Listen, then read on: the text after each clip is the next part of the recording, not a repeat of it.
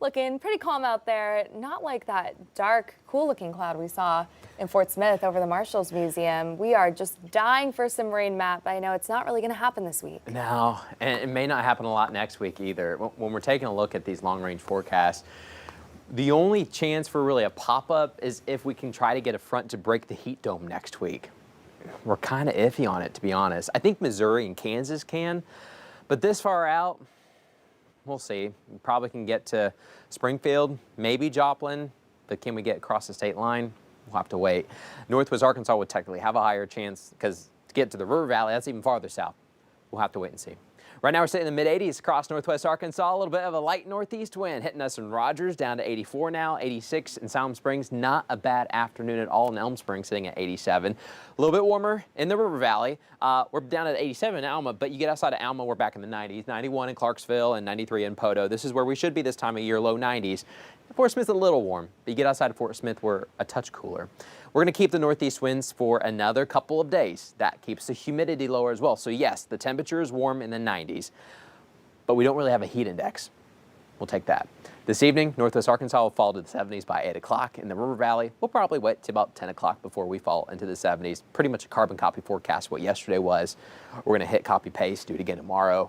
Upper 80s in Northwest Arkansas, probably flirting again with some low and maybe some mid-90s in the River Valley. We may be finally a touch degree cooler in Fort Smith tomorrow. We think that northeast wind could be just a little bit stronger, but otherwise very similar forecast. It'd be very hard to even recognize what's the difference between 93 and 92 when you're sitting outside. You really can't. Here's a look at Futurecast. Tomorrow morning, waking up, headed out the door, checking with meteorologist Zach Scott. He should have a nice sunrise for you. He may even see the moon going down as it finally sets. It actually rises tonight a little bit after 7 o'clock. If you were trying to get some pictures, I'd probably aim eastbound around 8 o'clock to see that super blue moon. The next time we get a super moon and a blue moon at the same time will be 2037. So we're going to wait a few years before this happens again. But otherwise, weather's quiet. The heat index, though, will start to go up. Once we break that northeast wind Friday night and going into the weekend, that'll allow humid air to come back from Louisiana and Texas. And it's gradual. It's not going to slap us immediately.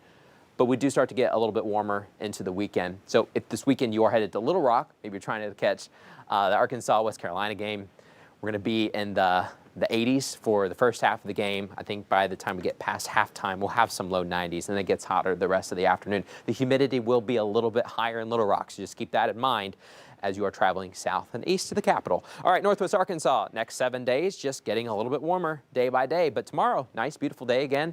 And then as we go into next week, we do get warmer, and you do see these kind of small rain chances every once in a while.